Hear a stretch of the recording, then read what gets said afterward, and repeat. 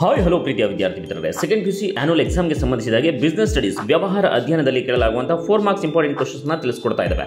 ಜೊತೆಗೆ 8 ಮಾರ್ಕ್ಸ್ ಕ್ವಶನ್ಸ್ನ ಈಗ already upload ಮಾಡಿದ್ದೇವೆ ವಿದ್ಯಾರ್ಥಿಗಳೇ. ಸೊ ನಮ್ಮ ಒಂದು ಚಾನಲ್ಗೆ ಭೇಟಿ ಕೊಟ್ಟು ನೋಡ್ಕೊಳ್ಬಹುದು. ಅದನ್ನು ನೋಡ್ಕೊಂಡ್ರೆ ನಿಮಗೆ 24 ಮಾರ್ಕ್ಸ್ ಗ್ಯಾರಂಟಿ ಬಂದೇ ಬರುತ್ತೆ. ಅದೇ ರೀತಿಯಾಗಿ 4 ಮಾರ್ಕ್ಸ್ ಇಂಪಾರ್ಟೆಂಟ್ ಕ್ವಶನ್ಸ್ನ ನೋಡಿಕೊಂಡು ಕೂಡ ವಿದ್ಯಾರ್ಥಿಗಳೇ ನಿಮಗೆ 24 ಮಾರ್ಕ್ಸ್ ಅಂತೂ ಗ್ಯಾರಂಟಿ ಬಂದೇ ಬರುತ್ತೆ. ಹಾಗಾದರೆ ಈ ಕ್ವಶನ್ಸ್ನ ನೀವು ಅಂದರೆ ಎಕ್ಸಾಮ್ಗಿಂತ ಮುಂಚೆ ಒಂದ್ಸಲ ನೋಡ್ಕೊಳ್ಳಿ, ಪ್ರಾಕ್ಟೀಸ್ ಮಾಡ್ಕೊಳ್ಳಿ, ಖಂಡಿತ 100% ಒಳ್ಳೆ ಮಾರ್ಕ್ಸ್ ಬಂದೇ ಬರುತ್ತೆ. ಬನ್ನಿ ಈಗ ವಿಡಿಯೋನ ಶುರು ಮಾಡ್ತಾ ಹೋಗೋಣ. ವಿಡಿಯೋ ಇಷ್ಟ ಆದರೆ ಲೈಕ್ ಮಾಡಿ, ಜೊತೆಗೆ ಶೇರ್ ಮಾಡಿ, ನಂತರ ಸಬ್ಸ್ಕ್ರೈಬ್ ಮಾಡ್ಕೊಳ್ಳಿ. ಸೊ ಮೊದಲನೇ ಪ್ರಶ್ನೆ, explain the features or characteristics of principles of management. ನಿರ್ವಹಣೆಯ ತತ್ವಗಳ ವೈಶಿಷ್ಟ್ಯಗಳು ಅಥವಾ ಗುಣಲಕ್ಷಣಗಳನ್ನು ವಿವರಿಸಿ.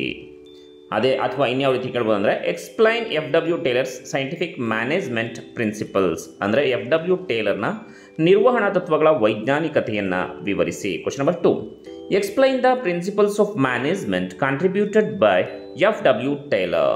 FW ಟೇಲರ್ ಕೊಡುಗೆ ನೀಡಿದ ನಿರ್ವಹಣೆಯ ತತ್ವಗಳನ್ನು ವಿವರಿಸಿ. Question number 3, explain the 4 aspects of work study developed by Taylor. Taylor ಅಭಿವೃದ್ಧಿಪಡಿಸಿದ ಕೆಲಸದ ಅಧ್ಯಯನದ 4 ಅಂಶಗಳನ್ನು ವಿವರಿಸಿ. Question number 4, briefly explain any 4 principles. Okay, ಮತ್ತೊಮ್ಮೆ ಹೇಳ್ತಾ ಇದ್ದೇನೆ. Briefly explain any 4 principles of management contributed by Henri Fayol. Henri Fayol ನೀಡಿದ ನಿರ್ವಹಣೆಯ ಯಾವುದೇ 4 ತತ್ವಗಳನ್ನು ಸಂಕ್ಷಿಪ್ತವಾಗಿ ವಿವರಿಸಿ. ಇನ್ನು question number 5, explain with examples the various dimensions of business environment. ವ್ಯಾಪಾರ ಪರಿಸರದ ವಿವಿಧ ಆಯಾಮಗಳನ್ನು ಉದಾಹರಣೆಗಳೊಂದಿಗೆ ವಿವರಿಸಿ. Question number 6, explain any 4 points to show how important the understanding of business environment for manager is.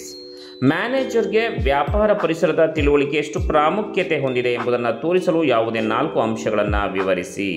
Question number 7, explain any 4 features or nature of planning. ಯೋಜನೆಯ ಯಾವುದೇ 4 ವೈಶಿಷ್ಟ್ಯಗಳು ಅಥವಾ ಸ್ವರೂಪವನ್ನು ವಿವರಿಸಿ.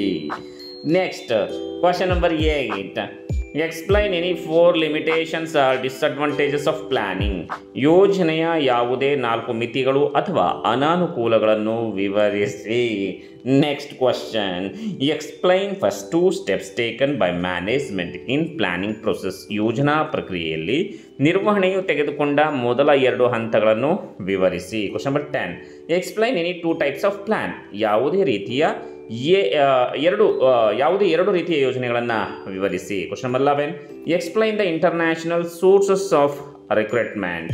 ನೇಮಕಾತಿಯ ಆಂತರಿಕ ಮೂಲಗಳನ್ನು ವಿವರಿಸಿ. Question number 12, explain briefly the steps involved in controlling process. ನಿಯಂತ್ರಣ ಪ್ರಕ್ರಿಯೆಯಲ್ಲಿ ಒಳಗೊಂಡಿರುವ ಹಂತಗಳನ್ನು ಸಂಕ್ಷಿಪ್ತವಾಗಿ ವಿವರಿಸಿ. Question number 13, discuss briefly any 4 differences between selling and marketing. ಮಾರಾಟ ಮತ್ತು ಮಾರ್ಕೆಟಿಂಗ್ ನಡುವಿನ ಯಾವುದೇ 4 ವ್ಯತ್ಯಾಸಗಳನ್ನು ಸಂಕ್ಷಿಪ್ತವಾಗಿ ಚರ್ಚಿಸಿ. Question number 14, how does packaging acquire significance in the marketing of goods. ಸರಕುಗಳ ಮಾರ್ಕೆಟಿಂಗ್ನಲ್ಲಿ ಪ್ಯಾಕೇಜಿಂಗ್ ಹೇಗೆ ಪ್ರಾಮುಖ್ಯತೆಯನ್ನು ಪಡೆಯುತ್ತದೆ. Question number 15, state any 4 responsibilities of consumers while purchasing, using and consuming goods and services. ಸರಕು ಮತ್ತು ಸೇವೆಗಳನ್ನು ಖರೀದಿಸುವಾಗ, ಬಳಸುವಾಗ ಮತ್ತು ಸೇವಿಸುವಾಗ ಗ್ರಾಹಕರ ಯಾವುದೇ 4 ಜವಾಬ್ದಾರಿಗಳನ್ನು ತಿಳಿಸಿ.